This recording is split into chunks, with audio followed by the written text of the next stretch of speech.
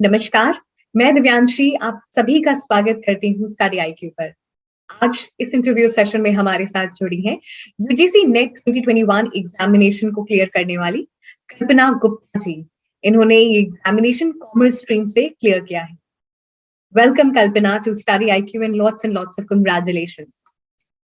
Thank you Divyanshi. सबसे पहले तो मैं स्टडी आईक्यू का थैंक यू करती हूँ कि मुझे मौका दिया है यहाँ आने का, बोलने का, अपने एक्सपीरियंसेस शेयर करने का।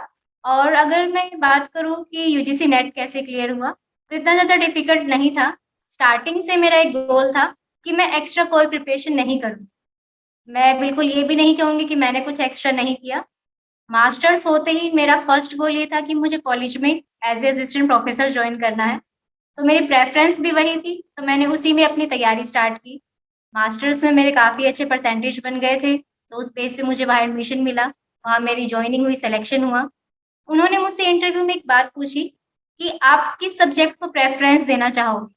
तो मेरा एक ही पॉइंट था कि जो सब्जेक्ट्स मैं पढ़ चुकी, मैं वो नहीं पढ़ाना चाहती, बल्कि मैं वो सब्जेक्ट्स लेना चाहती हूँ जो मैंने कभी नहीं पढ़े। क्योंकि यूजीसी नेट का जो सिलेबस था, वो भी थोड़ा-सा डिफरेंट था हमारे अकॉर्डिंग। तो मेरा मेन मकसद ये था कि मेरी भी प्रिपरेशन हो जाएगी। वो सब्जेक्ट मैंने नहीं पढ़े, लेकिन बच्चों को पढ़ाऊँगी तो मैं पहले खुद प्रिपेयर करके जाऊँ, तो कुछ नया मुझे सीखने को मिलेगा। तो इस पॉइंट ऑफ व्यू से मेरा मेन यही था। तो जो जजमेंट में बैठे थे, जो हमारा पैनल बैठा था इंटरव्यू में, उनको भी ये पॉइंट काफ़ी अच्छा लगा। तो सबसे फर्स्ट क्वेश्चन उनका ये आया कि क्या आप मैनेज कर लोगे एक न्यू सब्जेक्ट को? मैंने कहा कि कोशिश तो कर ही सकते हैं, वरना तो है स्टाफ कोऑपरेट करने के लिए। तो फिर उन्होंने मुझे 10 मिनट का टाइम दिया कि हम आपको एक टॉपिक देते हैं। आप ये सोचो कि हम सब जो बैठे हम आपके स्टूडेंट्स हैं, आप हमें पढ़ा के दिखाओ। तो उन्होंने मुझे टॉपिक दिया था जीएसटी का। करंट में जीएसटी उस वक़्त लॉन्च हुआ ही था, तो इतना ज़्यादा कुछ मुझे डिफ़िकल्टी नहीं आई। मैंने थोड़ा-सा बस नेट से सर्च किया और डेमो क्लास हुई मेरी। तो उन सबको ये पॉइंट काफ़ी अच्छा लगा कि एक नया टॉपिक जिसके बारे में अभी लोगों को इतनी इन्फॉर्मेशन नहीं है, और जीएसटी भी मैंने भी नहीं पढ़ा था। हमने जब कॉलेज में किया था, वो हमारे पुराना इनडायरेक्ट टैक्स था, हमारा वैट, हमारा सीएसटी। तो जीएसटी मेरे लिए बिल्कुल नया कॉन्सेप्ट था, और फिर भी मैंने उनको डेमो क्लास दी, उनको पसंद आई। तो इस बेस पे मेरा सिलेक्शन हुआ। मेरे साथ जो कैंडिडेट्स आए थे वो नेट जेआरएफ थे, पीएचडी भी आए थे। तो उन सबको ये हुआ कि इसका तो नेट भी नहीं है, आप इसको क्यों प्रेफरेंस दे रहे हो? तो उनका मानना सिर्फ ये था कि हमें नेट नहीं, हमें क्वालिफाइड टीचर चाहिए जो बच्चों को पढ़ा सके और वो इस लायक बना सके कि बच्चे नेट आगे कर सके। तो इस बेस पे मेरा फिर वहाँ सिलेक्शन हुआ। फिर मैंने धीरे-धीरे अपना नॉलेज बढ़ानी स्टार्ट की। मैंने नेट का सिलेबस डाउनलोड किया, और मेन मेरा क्या होता था, मैं एक्स्ट्रा कोई प्रिपरेशन नहीं करना चाहती थी। तो मैं कोशिश करती थी कि मुझे पढ़ाने के लिए वही सब्जेक्ट मिले जो नेट में है। तो वही मुझे मिले। फर्स्ट पेपर में एनवायरमेंटल साइंस आता है, एक मुझे वो सब्जेक्ट मिला। बैंकिंग एंड बैंकिंग लॉ मैंने पढ़ाया, मार्केटिंग मैनेजमेंट पढ़ाया, स्टैटिस्टिक्स भी मैंने किया। तो इससे थोड़ा-थोड़ा अपने आप मेरे कॉन्सेप्ट्स क्लियर होते चले। एक्स्ट्रा प्रिपरेशन की ज़रूरत भी नहीं हुई, मतलब कोई ट्यूशन फीस भी नहीं लगी और नेट भी हो गया, एक्सपीरियंस भी मिल गया। पीएचडी में भी मेरा एडमिशन हुआ, वहाँ भी सबको ये था कि आपका नेट नहीं है, तो फिर आप पीएचडी कैसे करोगे? तो वहाँ पर मेन इंटरव्यू में एक क्वेश्चन किया उन्होंने हमसे कि आप पीएचडी करना क्यों चाहते? तो उसका मेरा सिंपल सा जवाब था, आज हमारी जो न्यू एजुकेशन पॉलिसी आई है, इसमें भी सब लोग कहते हैं प्रैक्टिकल नॉलेज दो बच्चों को। और जहाँ तक मुझे पता है, हमें पोस्ट ग्रेजुएशन तक सिर्फ थ्योरेटिकल नॉलेज दी जाती है। तो मेन जो प्रैक्टिकल पोर्शन स्टार्ट होता है वो पीएचडी में होता है। मैंने कहा जब तक मेरे पास ही नहीं है नॉलेज, मैं बच्चों को क्या पढ़ाऊँ? तो उनको भी ये बात अच्छी लगी कि मैं कुछ करना चाहती हूँ, तो वो इसलिए था कि मैं बच्चों को कुछ अच्छी नॉलेज दे सकूँ। फिर उन्होंने मुझसे एक और बात पूछी, आपको पीएचडी करनी है या लेनी है? मैंने कहा लेने का तो सवाल ही नहीं है, करनी है तभी हम यहाँ तक आए हैं। तो इस बेस पे मेरा पीएचडी में सिलेक्शन हुआ। फिर टाइम टू टाइम मतलब मैं बच्चों को पढ़ाती रही, हर बार मैं नए सब्जेक्ट्स लेती थी। मुझे 2 साल हो गए कॉलेज में अभी असिस्टेंट प्रोफेसर के तौर पर जॉइन किए। तो जैसे होता है कि नेक्स्ट सेम में सर फिर कहते हैं कि आप जो सब्जेक्ट पढ़ा चुके हो दोबारा वही पढ़ा लो नेक्स्ट क्लास को। तो मेरा होता था सर ये तो मैं पढ़ा चुकी, इसी को दोबारा क्या पढ़ाना, नया सब्जेक्ट दो आप मुझे, ताकि वो सब्जेक्ट भी मेरा क्लियर हो जाए, कॉन्सेप्ट सारे हमें उसके डीपली क्लियर हो। तो मुझे लगता है कि इस पॉइंट ने काफ़ी हेल्प की मेरी नेट क्लियर करने में। कल्पना, बहुत ही यूनिक जर्नी रही है और जिस तरीके से आपने बताया कि हर बार कुछ नया एक्सपेरिमेंट करना चाहती थी और वो भी बहुत ही स्ट्रैटेजी के साथ जो आपको नेट में काम आए। इसलिए Kalpana, lots and lots of congratulations, क्योंकि ये बहुत ही अलग कॉन्सेप्ट आप सभी के सामने लेकर आती हैं और serving currently as assistant professor. ये जो जर्नी हमने अभी डिस्कस की और आपने कहा कि मैं कुछ एक्स्ट्रा नहीं करना चाहती थी नेट के लिए, it should be the part of my curriculum. अब इसी पे बात करते हैं। जैसे आप स्टूडेंट्स को पढ़ाती थी, सब्जेक्ट लेती थी और नेट की तैयारी करती थी, कैसे साइमल्टेनियसली ये चल रहा था? Why did that you were not preparing solely for NET? क्योंकि कुछ एक्स्ट्रा नहीं करना था आपको, दिस वाज योर गोल। मेरा बस मेन यही था कि एक्स्ट्रा, मेरा मेन मोटिव ये नहीं था कि मुझे नेट क्लियर कर, मैं पढ़ती थी ताकि मैं बच्चों को अच्छे से पढ़ा सकूं, अगर उनके कोई डाउट्स है तो वो मैं क्लियर कर सकूं। नेट का मेरा कोई मोटिव नहीं था, मुझे ये था कि बस बच्चों के कॉन्सेप्ट्स क्लियर होने चाहिए, उनको ये ना हो कि हमने पढ़ा लेकिन हमें डीपली नॉलेज नहीं। तो अगर वो कुछ क्यूरीज मेरे पास लेकर आते और मैं ये कहूँ कि मुझे नहीं पता, मैं पढ़ के बताऊंगी, तो उसमें मुझे लगता है कि हमारी खुद की रेपुटेशन अच्छी नहीं बनती। तो मैं ये कह सकती हूँ कि इनडायरेक्ट मेरा मोटिव था नेट क्लियर करना, लेकिन डायरेक्ट ये था कि बच्चों के पॉइंट ऑफ व्यू से मैं ज़्यादा अच्छे पढ़ के जाऊँ। एक बार बीच में क्या हुआ था, जैसे मेरे प्री पीएचडी के एग्जाम्स थे, तो मुझे कुछ टाइम के लिए कॉलेज से छुट्टी लेनी पड़ी। मैंने लगभग ये समझ लो 1 मंथ का ऑफ लिया। अब उसी टाइम में बच्चों के भी एग्जाम्स आ गए, थोड़ा-सा सिलेबस भी रहता था, तो मैं उनके घर पे भी ऑनलाइन क्लासेस लेती थी कि मेन ये मेरा मोटिव यही था कि बच्चों का सिलेबस नहीं रहना चाहिए। वो ये ना कहे कि पूरा साल हम मैम से पढ़े, एग्जाम टाइम में मैम ने साथ छोड़ दिया। कहीं न कहीं फिर उन बच्चों का भी ये था कि मैम आपने हमारी इतनी हेल्प की। वो भी कहते रहते थे, मैम देखना आपका काफ़ी अच्छे परसेंटेज बनेंगे प्री पीएचडी में। काफ़ी लोग मुझसे पूछते थे नेट है? तो मैं कहती नहीं अभी मेरा नेट नहीं है। तो वो सब ये कहते थे कि आप बच्चों के लिए इतनी मेहनत करते हो तो देखना आपका नेट भी जल्दी हो जाएगा, फिर आप परमानेंट इधर ही जॉब कर लेना। बच्चे भी इनडायरेक्टली कहते रहते थे, मैम आप परमानेंट इसी कॉलेज में रह जाओ। तो अभी इसी मुझे लगता है कि वो सब काम आया मेरे काफ़ी। कल्पना, आपने जैसे बताया और बहुत मुझे बहुत अच्छा लग रहा है, क्योंकि एक बहुत ही यूनिक जर्नी है। हम एग्जामिनेशन की तरफ आते हैं। कॉमर्स स्ट्रीम से आपने क्लियर किया है। पेपर वन, पेपर टू, मैं स्पेसिफिकली पेपर टू की बात करूंगी, क्या स्ट्रैटेजी थी कॉमर्स के लिए? कॉमर्स में जैसे यही था कि हमारे पास 10 यूनिट्स होती है। मेनली इस बार फोकस था केस स्टडीज पर। काफ़ी सारी केस स्टडी हमें दी थी, हमें उसको सोल्व करना था। तो हमारा जो रहता है कि नॉर्मली जब मैंने मास्टर्स की चौधरी बंसीलाल यूनिवर्सिटी से, हमारा एक सब्जेक्ट होता था केस स्टडी का। मतलब पूरा 100 मार्क्स का हमारा एग्जाम आता था, केस स्टडी होती थी उसमें। तो वहां से हमने सीखा कि किस तरीके से केसेस हमारे सामने आते हैं, हमें उनको समझना कैसे है और सॉल्व कैसे करना है। तो मोस्टली अगर हम नेट के एग्जाम की बात करें तो आज के टाइम पर अगर हम देखें कि सिंपल हम बुक्स के भरोसे रहे तो नहीं, हमें अपने आप को अपडेट भी करते रहना चाहिए। ऑनलाइन अगर हम कोई कोर्स ज्वाइन करते हैं तो वो ज़्यादा बेटर है कि हम ऑफलाइन क्लास, क्योंकि ऑफलाइन में ये पर्टिकुलरली हमें एक बुक में से करवाया जाता है, लेकिन ऑनलाइन हमारे पास काफ़ी सारे टीचर्स होते हैं, काफ़ी सारे हमारे पास ऑप्शंस भी है। तो अगर हम इस तरीके से करें, और सिर्फ ऑनलाइन पढ़ना ही ज़रूरी नहीं है, उतनी ही ज़्यादा प्रैक्टिस भी ज़रूरी हो। खुद को अवेयर रखो आसपास हमारे क्या चल रहा है, वो सबसे ज़्यादा ज़रूरी होता है। फर्स्ट पेपर में भी वो काफ़ी काम आता है, और सेकंड पेपर में भी जो हमारे सब्जेक्ट का है, अगर हम उसको समझने के पॉइंट ऑफ व्यू से अपने सब्जेक्ट को पढ़ते हैं तो वो ज़्यादा अच्छा, क्योंकि जो बुक्स में लिखा है एग्जाम में सेम टू सेम नहीं आता, एज इट इज़ कुछ नहीं होता, वो घुमा फिरा के कुछ ना कुछ पूछते। और अगर हमने स्टार्टिंग में जब भी हमने तैयारी की, उस कॉन्सेप्ट को हमने डिटेल में किया कि ये हुआ तो क्यों हुआ, अगर हम हर पॉइंट के पीछे ये क्वेश्चन करते हैं खुद से, तो मुझे लगता है हम नेट ज़्यादा इजीली क्लियर कर सकते हैं। ना, नेट का जो बेसिक कॉन्सेप्ट है वो आपने समझाया। अब मैं जो अलग अलग यूनिट्स हैं उस पे कैसे प्रैक्टिस करने हैं, किन सोर्सेस को इस्तेमाल करना है, और मोर ओवर पेपर को सॉल्व करने का एक जो एप्टीट्यूड है उसको कैसे डेवलप करना है। हमारे पास जैसे अलग अलग यूनिट्स आती है, मेरा तो क्या था कि मैं यूनिट वाइज करती थी। सबसे पहले फर्स्ट यूनिट ली, उसमें मैंने कभी अलग से बुक से नहीं किया, टॉपिक लिया, क्या टॉपिक है हमारा जो सिलेबस में दिया हुआ है, उसके बारे में मैंने नेट से सर्च की। या फिर जब मैं बच्चों को पढ़ाती थी तो भी वो टॉपिक्स हमारे सामने आते थे, मैं डिटेल में उनको जानने की कोशिश करती थी कि किस तरीके से ये टॉपिक दिया हुआ है।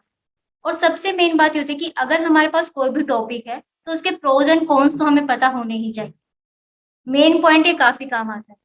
और एक ही बार में हम सारी यूनिट्स को लेकर बैठ जाए कि आज हमने ये यूनिट की, इसका थोड़ा सा टॉपिक किया, कल इससे हम बोर हो गए, हम कल सेकेंड यूनिट लेंगे, तो इस तरीके से नहीं हो पाता। माइंड को एक बार एक ही जगह सेट करो, क्योंकि जब हम किसी सब्जेक्ट को पढ़ते हैं तो हम डिटेल में उसके बारे में सोचना स्टार्ट करते हैं।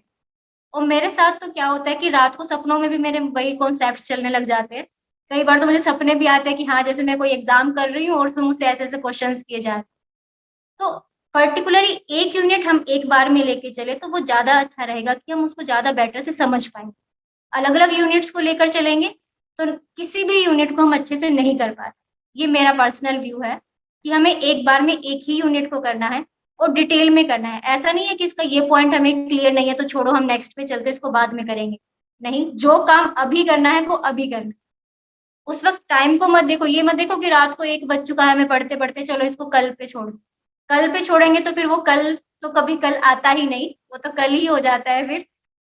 तो जिस वक़्त जो करने की सोची है, वही करेक्ट टाइम है उस काम को करने का, उसको उसी वक़्त करो। ना आपने बहुत ही अच्छे से बताया कि टाइम मैनेजमेंट का क्या रोल होता है और जब आप अपना स्केड्यूल बनाते हैं इस एग्जामिनेशन के हिसाब से तो कितना इम्पोर्टेंट है उस स्केड्यूल पे स्टिक करना और एक साथ एक टॉपिक लेकर चलना otherwise lot of time you and up doing nothing making all these plans and everything. पे ना मैं कॉमर्स पे थोड़ा-सा और बात करना चाहूँगी। जो भी स्टूडेंट्स ग्रेजुएशन में हैं या मास्टर्स में हैं और नेट की तैयारी करना चाहते हैं, वो साइमल्टेनियसली टॉपिक्स को किस तरीके से लेकर चल सकते हैं एग्ज़ामिनेशन की डिमांड को समझते हुए? जैसे कि अगर हम जैसे ग्रेजुएशन कर रहे हैं, तो मोस्टली जो हमारे कॉन्सेप्ट्स आते हैं नेट के एग्ज़ाम में, वो ग्रेजुएशन बेस ही होते हैं। पोस्ट ग्रेजुएशन का तो काफ़ी कम आता है हमारा। तो जब हम मेनली अपना फ़ोकस पहले ही हम लेके चले, हमारा गोल यही है कि हमें नेट क्वालीफाई करना है, तो बेटर यही है कि हमारा जो एग्ज़ाम आता है रिटन हमारा जैसे 80 मार्क्स का, तो हमें 80 मार्क्स के लिए नहीं पढ़ना चाहिए।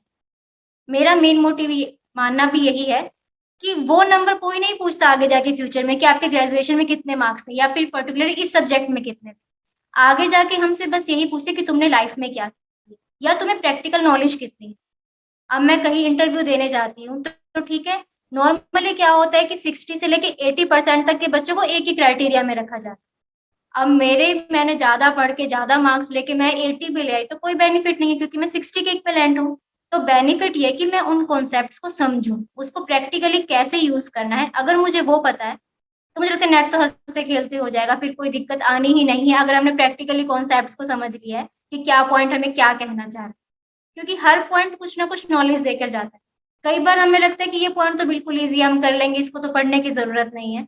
और वही कई बार इतना टिपिकली घूम के हमारे सामने आ जाता है कि लास्ट में हमें दुःख होता है कि काश हम वो पहले पढ़ लेते। तो ये काश हमारी लाइफ में काफ़ी रह जाते हैं।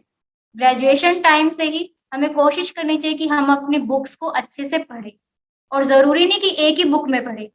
हम एक्स्ट्रा अलग-अलग बुक्स यूज़ कर सकते हैं और सबसे बड़ी बात जब कोई हमारा टीचर या हमारे साथ में कलीग भी हमें कुछ बता रहा है तो उसको सुनना चाहिए। क्योंकि कई बार हमें लगता है कि उनको नॉलेज नहीं है लेकिन फिर भी वो कई बार इतनी अच्छी बातें बता जाते हैं हमें जो आगे जाके काफ़ी काम आती है। तो ये पॉइंट है कि ग्रेजुएशन टाइम से ही अगर हम स्टार्ट कर दें, हमें पता है हमारा गोल फिक्स है कि हमें नेट क्वालिफ़ाई करना है, वो हम एक्स्ट्रा कुछ बुक्स भी अगर लेना चाहते हैं तो हम ले सकते हैं जो हेल्प करते हैं। नोट्स मैं कहती हूँ मैंने लाइफ में कभी नहीं बनाए क्योंकि मेरा मानना है कि बुक्स में 100% होता है, उसके नोट्स हम 20% बनाते हैं और उसका याद हमें और भी 20% रहता है। तो अच्छा यही होता है कि हमारे पास जितना है, हम उसको अच्छे से करें, एटलीस्ट पूरा नहीं तो उसका 50% तो हमें याद रहेगा, वरना नोट्स का भी 50% रहेगा तो कुछ बचता ही नहीं है फिर हमारे पास।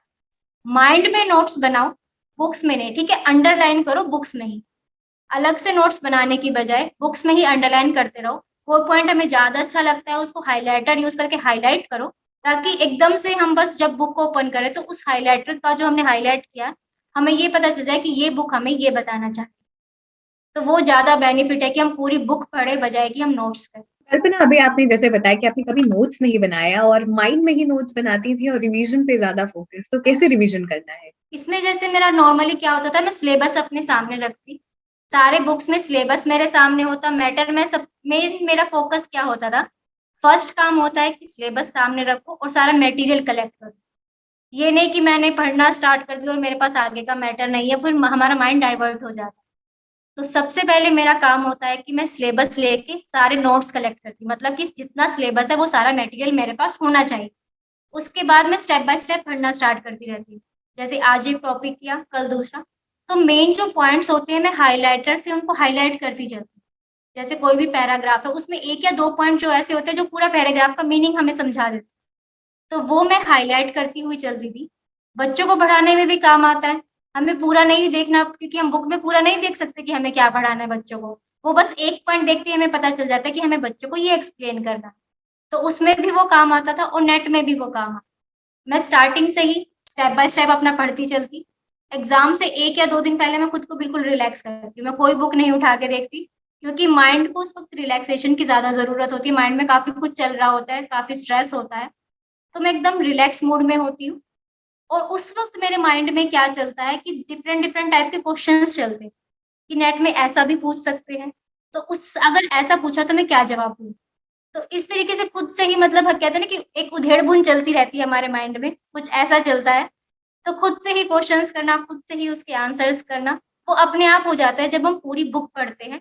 और उसमें जो हम हाइलाइट करते हैं, कई बार हम क्या करते हैं, हम आँखें बंद करेंगे ना, तो वो बुक का पेज हमें दिखता है कि हाँ, उस पेज में हमने ये वर्ड हाइलाइट किया था। तो वो भी अपने आप दिखाई देना स्टार्ट हो जाता है। कल्पना, ये तो हमने बात कर लिया किस तरीके से प्रिपरेशन करना है। मैं थोड़ा-सा समझना चाहूँगी, क्योंकि इतना कॉम्पिटिटिव एग्ज़ामिनेशन है, तो जब एक एग्ज़ामिनेशन लिखने जाते हैं, तो क्या माइंडसेट के साथ जाना चाहिए? मेरा सबसे पहले ये होता है कि मैं कभी भी इस मोटिव से नहीं जाती कि मुझे नेट क्लियर करना है। मेरा ये होता है कि वहाँ पर मुझे कुछ ना कुछ नए क्वेश्चंस देखने को मिलेंगे, उनको आके फिर मैं सॉल्व करने की कोशिश करती हूँ। कुछ हमें माइंड में रहते हैं कि इस तरीके के क्वेश्चंस आए थे। तो ये था कि अगर हमारा नेट नहीं भी हुआ तो क्या एक्सपीरियंस तो मिला कि किस तरीके के क्वेश्चंस पूछ सकते हैं। मतलब हमें ये जानने को मिलता है कि जो एग्जामिनर है उनका लेवल क्या है, वो हमें सीखने को मिलता है कि हमें खुद को उस लेवल तक पहुंचाना है कि हम उनका माइंडसेट समझ सके कि वो हमसे क्या पूछेंगे। मैं इस मोटिव के साथ जाती हूँ तो स्ट्रेस तो होता ही नहीं, क्योंकि मेरा पहले से ही है कि हो चाहे ना हो मुझे कोई टेंशन नहीं है। हम टेंशन कर लेकर बैठते हैं कि हमें तो नेट करना ही करना है, तो हमें जो आता है हम वो भी भूल जाते हैं। तो सबसे पहले तो ये कि खुद को फ्री माइंड करके चलो, किसी तरह का बर्डन मत करो कि हमें नेट करना ही है। ये सोचो कि नेट नहीं भी हुआ तो क्या कुछ नया सीखने को मिलेगा, नए क्वेश्चंस देखने को मिलेंगे, आसपास जो बच्चे आए हैं उनका एक्सपीरियंस हमें सुनने को मिलेगा, वो काफी हमें फ्री फील करवाते हैं। कल्पना, हमने एग्जामिनेशन से जुड़ी तमाम बातों के बारे में डिस्कस किया, और बहुत ही अलग सी जर्नी आपकी रही है। हम सेशन के एंड में हैं, आप कुछ सजेशन सभी एस्पिरेंट्स को देना चाहेंगी? मेरा जो लाइफ का एक पर्टिकुलर रूल है, मुझे नहीं पता मुझे ये किसने सिखाया, क्योंकि मैंने उन सर का कभी फेस नहीं देखा। मैं एक बार वैसे ही डिबेट कंपटीशन में गई थी, तो मेरे पीछे से एक सर आए, उन्होंने मेरे सर पे हाथ रख के एक बात बोली थी कि अपनी लाइफ में कभी फुल स्टॉप मत आने दे। तो ये बात मुझे हर वक्त मोटिवेट करती है कि हमें ये नहीं सोचना कि हमने इतना कर लिया बहुत है, हमें और कुछ करने की जरूरत नहीं। नहीं, लाइफ काफी लंबी है, कितना कुछ भी करो। उसके बेस पर मैंने अपना एक रूल बनाया कि कोई भी सफलता अंतिम नहीं होती, और ना ही कोई असफलता जीवन का अंत। यानी कि अगर हम जीत जाए तो ये खुशी नहीं बनानी चाहिए कि हम जीत गए, बस अब हमें और कुछ नहीं करना, इतना काफी है, सफिशिएंट है। नहीं, और आगे ट्राई करो, और काफी अपॉर्चुनिटीज है हमारे पास। और एक बार अगर हम कोई एग्जाम क्लियर नहीं कर पाते हैं तो इसका मतलब ये तो नहीं है कि हमारी आगे लाइफ ही नहीं है, दोबारा मेहनत करो। तो मैं इसमें एग्जाम्पल लेती हूँ कि क्रिकेट मैच का, कि अगर क्रिकेट मैच कोई खेल रहा है तो एक गेंद पे अगर रन नहीं बन पाते तो ऐसा तो नहीं है कि वो जो प्लेयर है वो सुसाइड कर लेता है कि भाई मैंने तो गेंद छोड़ दी, मैंने तो सुसाइड कर लिया, मैं कुछ नहीं कर सकता। तो ऐसे ही हमारी लाइफ है, अपॉर्चुनिटीज आती रहती है वो उस गेंद की तरह, अगर एक चली गई कोई बात नहीं, नेक्स्ट के लिए और ज्यादा मेहनत करेंगे। तो इस तरीके से हमें अपने लाइफ का मोटिव लेकर चलना चाहिए, तो स्ट्रेस भी नहीं होगा, हम फ्री माइंड भी रहेंगे, और अच्छे से मुझे लगता है कि काफी अच्छे से हम एग्जाम अपनी प्रिपेयर कर पाते हैं, प्रिपरेशन हमारी अच्छी हो पाती है जब हम स्ट्रेस फ्री होते हैं। कल्पना ने बहुत अच्छी बात की, और हम सेशन को एक बहुत ही पॉजिटिव नोट पे दे रहे हैं कि कोई भी चीज आपकी लाइफ में फुल स्टॉप मत लगाइए और आगे बढ़ते रहिए। Thank you so much, Kalpana, for joining us in this interview session. The entire team wishes you good health.